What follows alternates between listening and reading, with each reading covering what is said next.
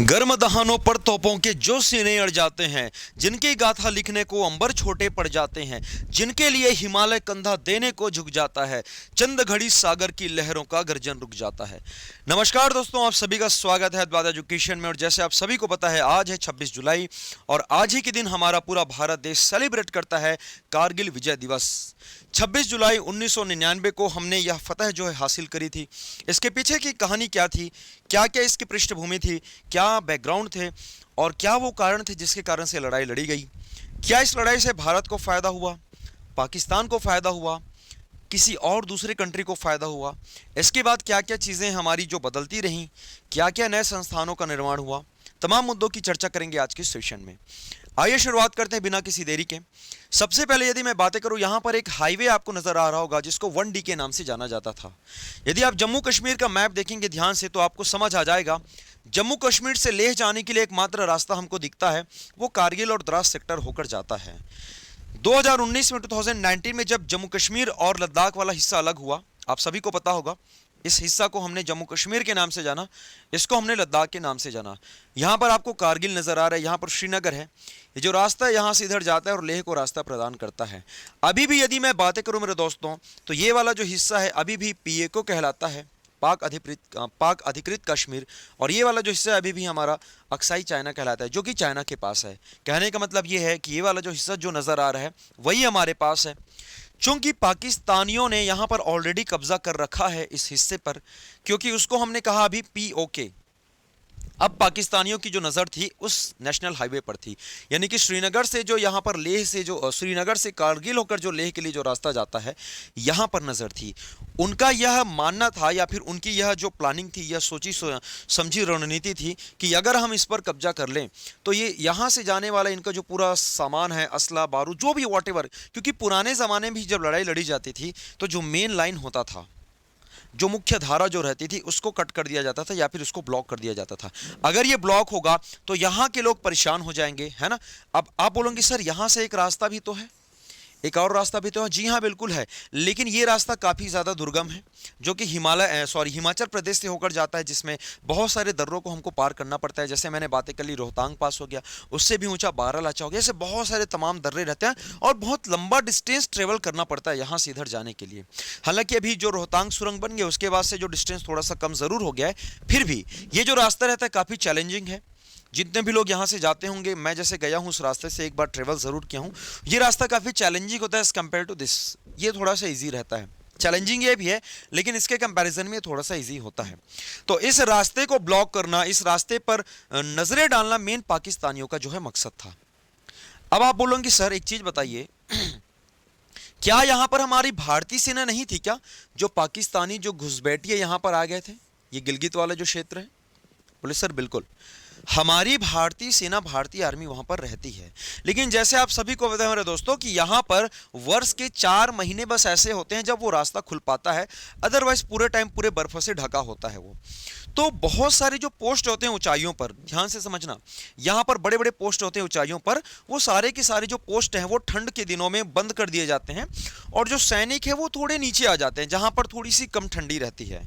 चूंकि गर्मी में भी यहाँ पर ऑलरेडी बर्फबारी होती रहती है, गर्मी में भी यदि मैं बातें करूँ टेम्परेचर की, जैसे सरचू जैसे जगहों पे आप जाओगे या फिर लद्दाख के कुछ नुब्रा वैली जैसे जगहों पे जाओगे तो गर्मी के दिनों में भी 4 डिग्री 5 डिग्री वहाँ पर नॉर्मल टेम्परेचर होता है, रात में तो माइनस में भी चला जाता है। और आप सोचिए ठंड के दिनों में पूरी बर्फ रहती है यहाँ पर। तो उन्होंने बोला कि भैया वहाँ से रहने का कुछ खास मतलब नहीं है, क्योंकि इतने सालों से कुछ चीज़ें हो नहीं रही थी। 1971 का जो वार हुआ था, 1971 का वार हुआ था, जहाँ पर पाकिस्तान ने मुंह की खाई थी, हमने उनका एक भाग छीन लिया था। बेसिकली छीना नहीं था, हमने क्या किया था मेरे दोस्तों, याद करो, इसको हम लोग बोलते थे वेस्ट पाकिस्तान, यानी कि पश्चिमी पाकिस्तान, जो कि अभी पाकिस्तान है वर्तमान में। और जो बांग्लादेश हुआ करता था उसको हमने कहा था ईस्ट पाकिस्तान, पूर्वी पाकिस्तान। भारत जब आज़ाद हुआ था 2 भाग में बटा हुआ था, पाकिस्तान को 2 भाग मिला था, एक था आपका पश्चिमी पाकिस्तान, एक था पूर्वी पाकिस्तान। 1971 की जब लड़ाई लड़ी गई थी भारत और पाकिस्तान के बीच, जिसमें से बांग्लादेश जो है एक अलग राष्ट्र के रूप में उभर कर आया था। इसकी स्टोरी मैंने कई बार आप लोगों को सेशन में बताई बनाई है मैंने यूट्यूब में, आप जाके जरूर देखिएगा। तो मेरे दोस्तों, जब उन्होंने मतलब हमने उनके उस भाग को जब छीना था तो उनको लगा इन्होंने भाई हमारा हैंड छीना, हम इनका मस्तक छीनेंगे। मस्तक यानी कि मस्तिष्क, और मस्तिष्क का जो दर्जा उन्होंने दिया इस कश्मीर को दिया, इस पूरे कश्मीर क्षेत्र को दिया। क्योंकि आप देखिए ये वाली लाइन यहाँ पर है, अगर ये पूरा क्षेत्र कंट्रोल आ जाता मेरे दोस्तों तो ये पूरा का पूरा पाकिस्तान के कब्जे में हो जाता। हमारा सीधा सीधा जो नियंत्रण है लद्दाख वाले क्षेत्र से खो जाता और हम बहुत ही मतलब एक मुश्किल वाली स्थिति में आ जाते हैं। फिर छुड़ा पाना हमारे लिए थोड़ा सा मुश्किल होता है, ऐसे नहीं कि नहीं छुड़ा पाते, छुड़ा तो बिल्कुल लेते, थोड़ा सा हमारे लिए मुश्किल हो जाता। तो कहानी यूं यहां से शुरू होती है मेरे दोस्तों। ये तो मैंने बातें कर दी, जो मेन तात्कालिक कारण था उसकी हमने बातें करी। आइए थोड़े से पीछे हम चलते हैं, यहां से स्टोरी को थोड़ा सा मैं पीछे ले जाता हूं। 99 के पहले 1 साल की यहां पर हम बातें करते हैं। यहां पर तस्वीरों में आप लोगों को नजर आ रहा होगा, कमेंट करके बताइएगा तस्वीरों में यहां पर कौन लोग नजर आ रहे हैं, है ना। आप लोगों को तस्वीरों में यहाँ पर कुछ प्रमुख हमारे भारतीय राजनीतिज्ञ और साथ ही साथ हमारे प्रमुख भारतीय वैज्ञानिक यहाँ पर नजर आ रहे हैं। इनमें से मैं अटल बिहारी वाजपेयी जी की मैं बातें कर लेता हूँ, डॉक्टर एपीजे अब्दुल कलाम की, ऐसे बहुत तमाम सेना के, आर्मी के, डीआरडी के बहुत सारे जो लोग थे, प्रशासन के बहुत सारे लोग यहाँ पर आए थे। पोखरण में हमने किया था परमाणु परीक्षण, जिसको पोखरण द्वितीय के नाम से जाना जाता है। बहुत सारे बच्चों को कंफ्यूजन होता है, सर ये पोखरण 1 था, नहीं, पोखरण द्वितीय था। पोखरण द्वितीय परमाणु परीक्षण यहाँ पर किया जाता है। पोखरण 1 तो बहुत पहले हो चुका था, इंदिरा गांधी के समय। पोखरण द्वितीय जो किया जाता है अटल बिहारी वाजपेयी के समय, और हम दुनिया को यह दिखाते हैं कि भाई देखिए हम परमाणु संपन्न राज्य हैं या फिर हम देश हैं, अब आप हमसे पंगे ना लेना, नहीं तो बेटा हम तुम्हारे उड़ा देंगे, पिछवाड़े में ठोक देंगे। बोला ठीक है। जैसे इंडिया ने ये टेस्टिंग किया है ना, हमारी जब परमाणु संपन्न राष्ट्र के बारे में जब हमने बातें करी, पाकिस्तान को लग गई मिर्ची। दनादन उन्होंने महीने के अंदर भीतर उन्होंने फिर से टेस्ट कर डाले। बोला ये तो गजब हो गया, जब इंडिया टेस्ट कर रहा है उसके जस्ट 1 महीने बाद, मतलब किसी को कुछ पता ही नहीं है प्लानिंग के बारे में, पाकिस्तान ने भी टेस्ट कर डाले। अब चूंकि पाकिस्तान को ये था भाई कि कुछ ना कुछ चीजें तो चल रही हैं, पाकिस्तान में ये चीजें चलने लगी थी, वहां पे लोगों में सुगबुगाहट शुरू हो गई थी कि कैसे भी अपन इंडिया को हमको मतलब नीचे लेकर जाना है, नीचे इन द सेंस उसको नीचा दिखाना है। इसी दौरान एक और घटना होती है। अब उस घटना को तो हमने अच्छे उद्देश्य के साथ किया था, लेकिन उसका अंजाम बहुत घातक होने वाला था। उस घटना का मैं जिक्र करना चाहूंगा। यहां पर आप देख सकते हो लाहौर के और इंडिया के बीच एक बस सेवा शुरू करी जाती है। कमेंट करके बताइएगा उस बस सर्विस का नाम क्या था। बहुत इंपॉर्टेंट है, कई बार एग्जाम में पूछा गया। आप लोग कमेंट जरूर करिएगा। जिन लोग पूरा वीडियो देखेंगे वो तो कमेंट अवश्य करेंगे, मुझे पता है मेरे प्रिय विद्यार्थी लोग, है ना। उनके बीच एक बस सेवा शुरू करी गई थी। स से नाम है बेटा, मैं हिंट दे देता हूं, स से नाम है, ठीक है। उस बस सर्विस को 1999 फरवरी में, यानी कि इसी के 4 महीने बाद वो विभत्स घटना जो है घटने वाली थी। मतलब जो कहानी है वो तो खैर शुरू हो चुकी थी। एक तरफ यहां पर गर्मजोशी से इनका स्वागत किया जा रहा था नवाज शरीफ और हमारे प्रधानमंत्री अटल बिहारी वाजपेयी जी के, और इधर बैकग्राउंड में कुछ और कहानी चल रही थी, जिसके कर्ता धर्ता सूत्रधार थे जनरल परवेज मुशर्रफ। परवेज मुशर्रफ कौन था बताने की नीड नहीं है। उसके अलावा 4 और भी लोग, वहां 3 और लोग भी वहां पर शामिल थे। इन 3 लोगों में यदि मैं बातें करता हूं तो ये तो हो जाएगा परवेज मुशर्रफ, लेफ्टिनेंट जनरल मोहम्मद अजीज, ब्रिगेडियर जावेद हुसैन और लेफ्टिनेंट जनरल महमूद। माना जाता है कि इन चारों के दिमाग की उपज होती है ये कारगिल में जो घुसपैठ किया गया था। ध्यान से समझना एक एक चीज को, कैसे इनका चेहरा नापाक साबित होता है। नाम पाकिस्तान है लेकिन कैसे इनकी नापाक हरकतें दुनिया के सामने आती है वो तमाम चीजें अभी मैं बताने वाला हूं। तो बेटा यहां पर मैं वापस आता हूं स्टोरी में कि ये लाहौर और इंडिया के बीच बस सर्विस जो है शुरू करी जाती है, पाकिस्तान और इंडिया के बीच। कमेंट करके बताइएगा क्या नाम था उस सर्विसेज का। और इसी के 4 महीने बाद इस घटना को अंजाम दिया जाता है। अब आपको लगेगा सर ये पता कैसे चलता है, आइए आगे बढ़ते हैं। मैंने आप लोगों को बता दिया कि ये जो कारगिल में कब्जा करने की जो रणनीति थी, इन चारों की रणनीति थी। एक व्यक्ति जिसका नाम माना जाता है ताशी नामग्याल, कहानियों पर चर्चाओं पर आधारित है। ऑथेंटिफिकेशन तो अभी ऐसा कुछ नहीं पता, लेकिन जनरली जितने भी वहां के ऑफिसर से उन लोग अपनी मुंहजुबानी जब कहानियां बताते तो इस व्यक्ति का नाम सबसे पहले आता है। होता यूं है मेरे दोस्तों, इस क्षेत्र में जब ये अपने चरवाहा होता है एक प्रकार का, वो अपने भेड़ और जो भी वहाँ के जो पालतू पशु रहते हैं, चढ़ते चढ़ते थोड़ा सा उस पार चले जाते हैं। तो जनरली ये कॉमन रहता है, पशु लोग आसपास इधर उधर थोड़े बहुत जाते रहते हैं।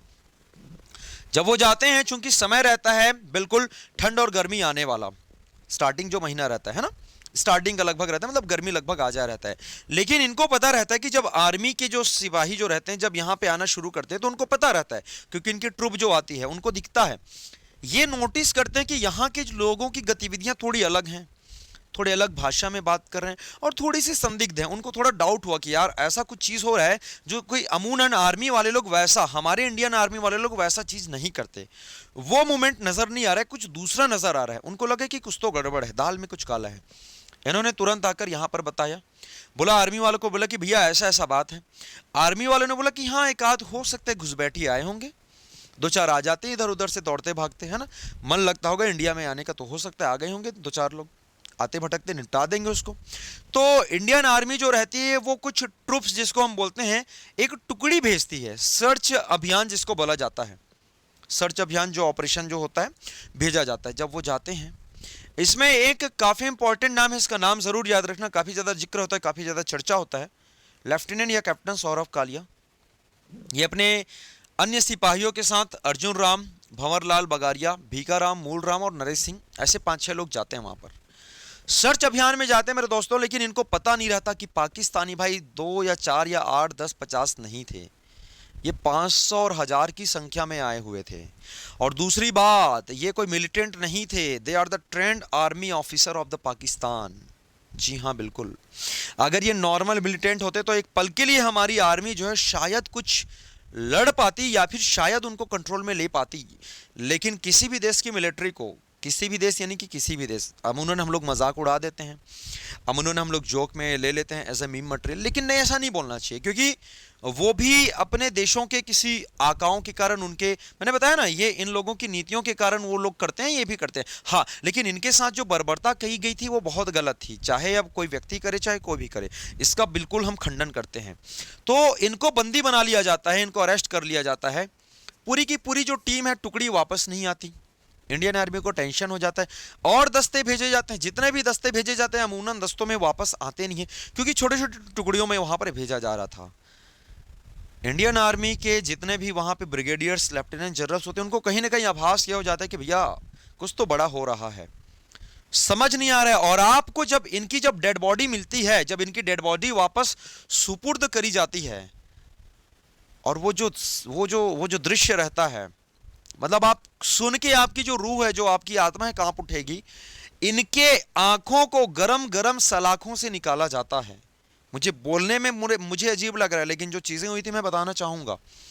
इनके प्राइवेट पार्ट्स पर सिगरेट के जो बोलते हैं ना, वो जो जिससे निकलता है आग, वो डाला जाता है। गुप्तांगों में रॉड घुसाया जाता है, आंतें निकाली जाती हैं, बर्बरता जिसको बोला जाता है। यार गोली मारते कुछ कर दे तो चलो ठीक भी है, मतलब ठीक भी नहीं है, लेकिन एक होता है ना कि ठीक है उन्होंने उसको मारा तो शहीद हो गया एंड ऑल।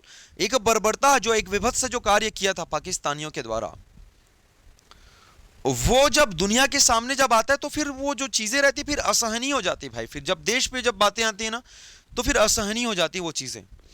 ये बर्बरता जो है सिपाहियों के साथ करी गई थी। आर्मी को लगा कि भाई अब ज्यादा समय नहीं है हमारे पास। सर्च अभियान जब चलाया जाता है तो यहां के पाकिस्तानी आर्मी के, मतलब ऐसा माना जाता था पहले कि ये जो मिलिटेंट रहे होंगे, घुसपैठी रहे होंगे, उन्होंने ये चीजें करी होंगी, करते हैं जनरली, आतंकवादी रहते करते हैं। लेकिन जब पता चला कि यह जो घटिया जो कृत्य है, यह जो नापाक हरकतें हैं पाकिस्तान की आर्मी वाले लोगों ने किया है, वहां की सेना ने किया, ये उनके जो आई कार्ड्स वगैरह ये वहां से बरामद किए जाते हैं। सर्च अभियान जब किया जाता है, यहां से फिर पाकिस्तान का जो नापाक चेहरा है वो दुनिया के सामने आता है। अब भारत के पास फ्रंट फुट पे आने का मौका मिल जाता है, चूंकि हमारे क्षेत्रों पे जो हमारा एरिया था वहां पर इन्होंने घुसपैठ कर रखा था, हमारे जवानों को इन्होंने नुकसान पहुंचाया था, हमारे जवानों के साथ इन्होंने बर्बरता करी थी।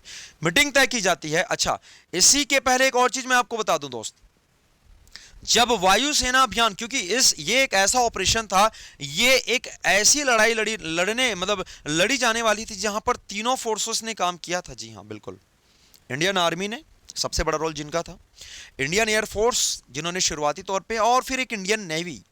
मैं बताऊंगा सारी की सारी चीजों को। इन तीनों के ऑपरेशंस भी हैं, जैसे ऑपरेशन विजय पढ़ते हो ना, ऑपरेशन विजय वैसे याद रखना। इंडियन नेवी का जो ऑपरेशन था दोस्त, ऑपरेशन तलवार नाम था, चूंकि तलवार आईएनएस तलवार के नाम से है। इंडियन नेवी का जो ऑपरेशन था वो ऑपरेशन तलवार के नाम से था। और इंडियन एयरफोर्स का जो ऑपरेशन था इसी कारगिल वार के लिए, वो था ऑपरेशन सफेद सागर। दोनों चीजें याद रखना काफी महत्वपूर्ण है, आपके एग्जाम में पूछी जा सकती है। ऑपरेशन तलवार इंडियन नेवी, ऑपरेशन सफेद सागर जो था वो इंडियन एयरफोर्स। सागर से नेवी मत समझ लेना, सफेद सागर, सफेद सागर मतलब आपका इंडियन एयरफोर्स।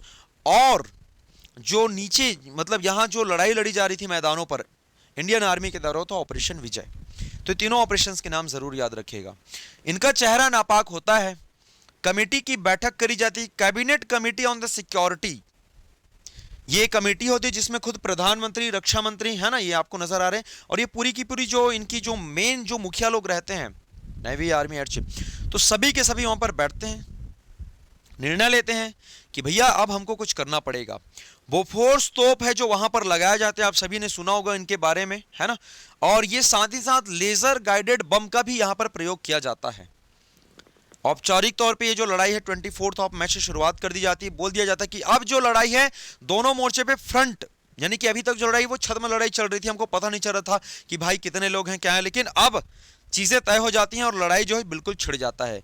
एक ऐसी लड़ाई होने जा रही थी जो कि मतलब अभी कभी ना हुई थी और शायद ही ऐसा कभी ना होगा। और एक ऐसे एरिया पर बहुत ही मतलब एक खतरनाक टेरेन था, क्योंकि इसके पहले कुछ जो लड़ाइयाँ हुई थी, जैसे कि मैं बॉर्डर मूवीज में आपने देखा होगा, वो मैदानी एरिया पे लड़ी की लड़ाई थी। उसके पहले और मतलब कुछ एक ऐसी लड़ाइयाँ थी जो कि इस प्रकार के क्षेत्रों में, पहाड़ी क्षेत्रों में जरूर हुई थी, लेकिन ये बहुत ऊंचाइयों पर लड़ी जाने वाली लड़ाई थी। ये काफी ऊंचाइयों पर लड़ी जाने वाली और ऐसी लड़ाइयाँ भाई मैं बता रहा हूँ ना, अब जाओगे उन क्षेत्रों में भैया रूह कांपेगी आपकी, मतलब हड्डियां गल जाती हैं। गर्मी के दिनों में भी वहां पर बर्फबारी होती है। तो ऐसे क्षेत्रों में लड़ाई जो है लड़ी जा रही थी।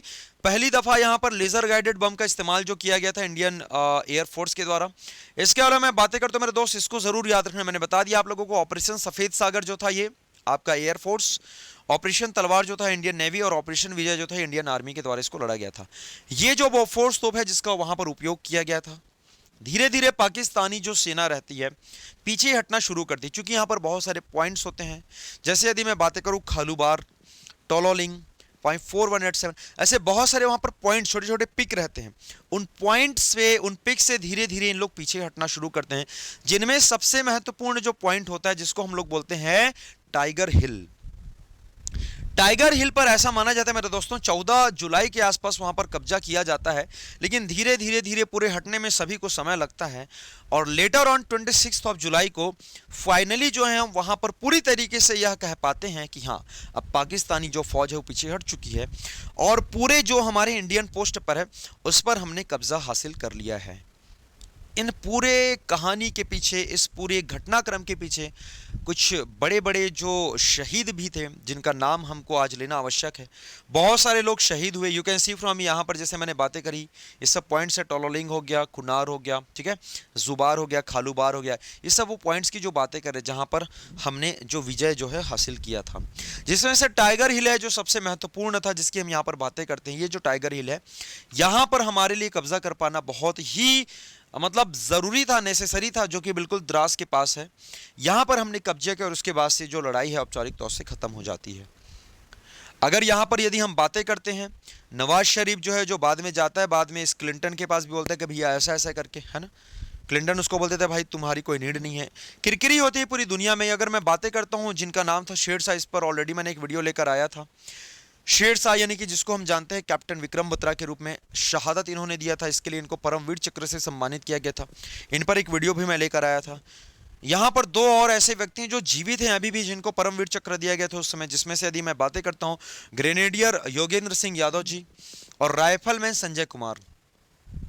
आपको जानकर आश्चर्य होगा कि राइफलमैन संजय कुमार और ये कैप्टन विक्रम बत्रा जी दोनों के दोनों एक ही रेजिमेंट से बिलोंग करते थे, Jammu and Kashmir light infantry.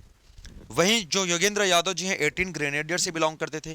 इसके अलावा एक महान सपूत, एक सबसे बड़े मतलब बोल सकते हैं कि वहाँ के जो योद्धा, जिनको सबसे पहला वहाँ पर परमवीर चक्र जो मिलता है उस लड़ाई के दौरान, सबसे पहला परमवीर चक्र इन्हीं को मिलता है, जिनका नाम है कैप्टन मनोज कुमार पांडे। तो ये 1/11 गुरखा राइफल से थे, जहाँ से हमारे जो पहले सीडीएस थे वो भी इसी सेम रेजिमेंट से बिलोंग करते थे। हमारे पहले सीडीएस थे जिनका अभी निधन हुआ था पिछले वर्ष, आप नाम बताइएगा कमेंट करके उनका क्या नाम था, वो भी इसी रेजिमेंट से बिलोंग करते थे। तो इस प्रकार से ये सारे के सारे जो शहीद होते हैं, इनमें से अधिकांशतः जो परमवीर चक्र दिए गए थे 4 लोग थे। इसके बाद यहाँ पे बहुत सारे लोग थे जिनको अगर मैं बातें करता हूँ तो अशोक चक्र तो खैर नहीं दिया गया था, महावीर चक्र और वीर चक्र जो उस समय दिया गया था। ये जो गैलेंट्री अवार्ड जो होता है इसके बारे में मैंने कई बार अपने सेशंस में बताया है। युद्ध के समय जो दिया जाने वाला जो शौर्य पुरस्कार होता है, वीरता पदक जो होता है, महावीर चक्र है, परमवीर चक्र है, वीर चक्र है, जनरली युद्ध के काल में दिया जाता है जब लड़ाई लड़ी जा रही हो, औपचारिक तौर पे जब दोनों के दोनों देश युद्ध जो छेड़ दिए हो, स्वघोषित जब युद्ध कर दिया जाता है। लेकिन अशोक चक्र, कीर्ति चक्र और ये सब अगर मैं इन चक्रों की मैं बातें करूं, शौर्य चक्र की, तो ये वो चक्र होते हैं जो कि जनरली शांति काल में दिए जाते हैं। शांति काल का मतलब ये नहीं कि आप और मैं बैठ के शांति से चाय पी रहे हैं। शांति काल का मतलब होता है जब किसी भी प्रकार की युद्ध की स्थिति नहीं होती, लेकिन जब कुछ आतंकवादी घटनाएं हो जाती हैं या कुछ माओवादी घटनाएं हो जाती हैं, और वहाँ पर जब हमारे जो वीर योद्धा हैं, चाहे आर्मी के हो चाहे पैरामिलिट्रीज के हों, जब वो अपनी तमाम सर्विसेज देते हैं, अपना सर्वोच्च योगदान देते हैं, तब ये अशोक चक्र, शौर्य चक्र और कीर्ति चक्र जो यहाँ पर दिया जाता है।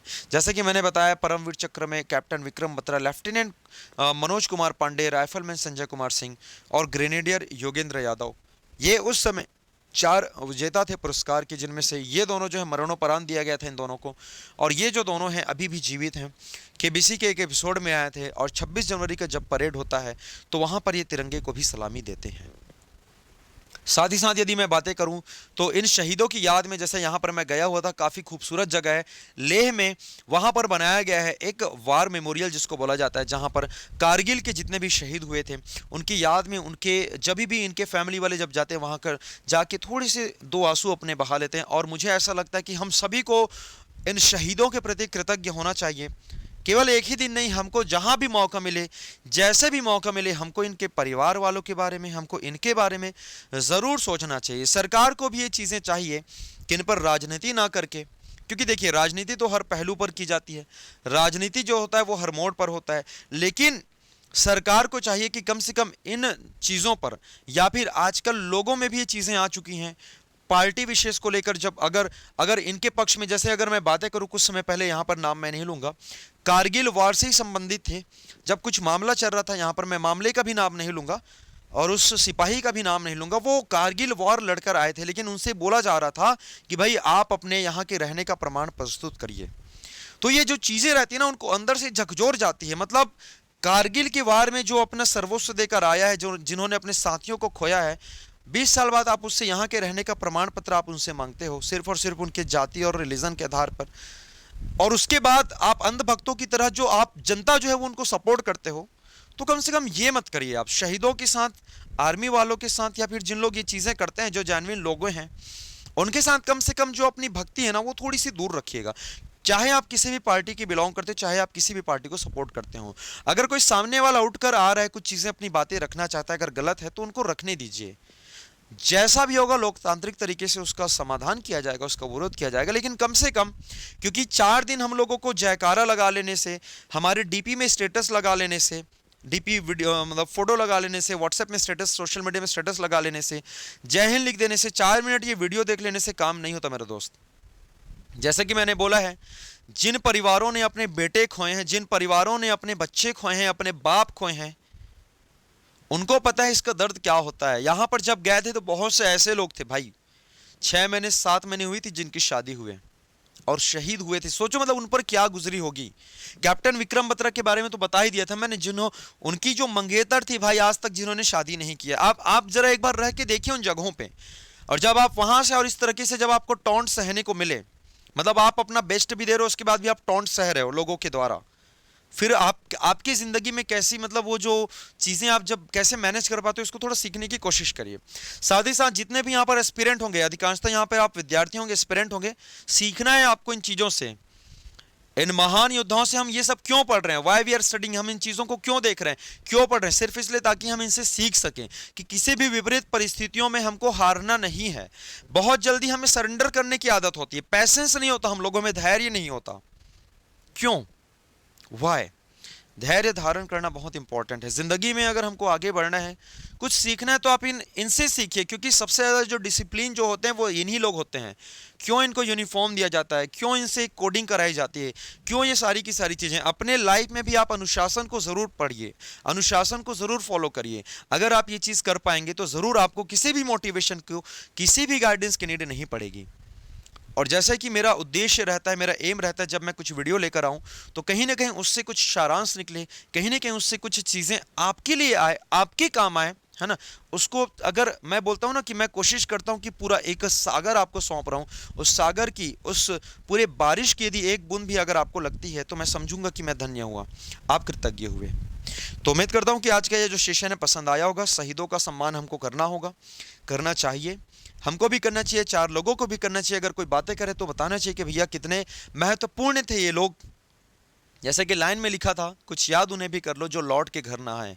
आप जब एक समय के लिए जब घर नहीं आते, आप सोचिए, सुबह जाते हैं शाम तक घर नहीं आते, एक दिन घर नहीं आते, तो आपके परिवार में क्या हालत हो जाती है। जिनको पता है जो आखिरी बार गया पता नहीं कब लौट के आएगा, भाई बता के भी जा रहे कि मैं आज नहीं आऊंगा तो चलो ठीक है, उनको पता नहीं होता फिर वो कभी दोबारा वापस नहीं आता, मतलब उस पर क्या बीती होगी आप खुद समझिए, इस चीज को फील करिए। तो उम्मीद करता हूं कि आज का यह सेशन आपको अच्छा लगा होगा, पसंद आया होगा। कुछ ना लिखें तो कम से कम जय हिंद जरूर लिख दें, अपने श्रद्धांजलि जरूर दे दें यहाँ पर। और यदि जिन बच्चों को प्रश्न मैंने पूछे हैं उनके आंसर पता होंगे तो ज़रूर यहाँ पर आंसर ज़रूर करें।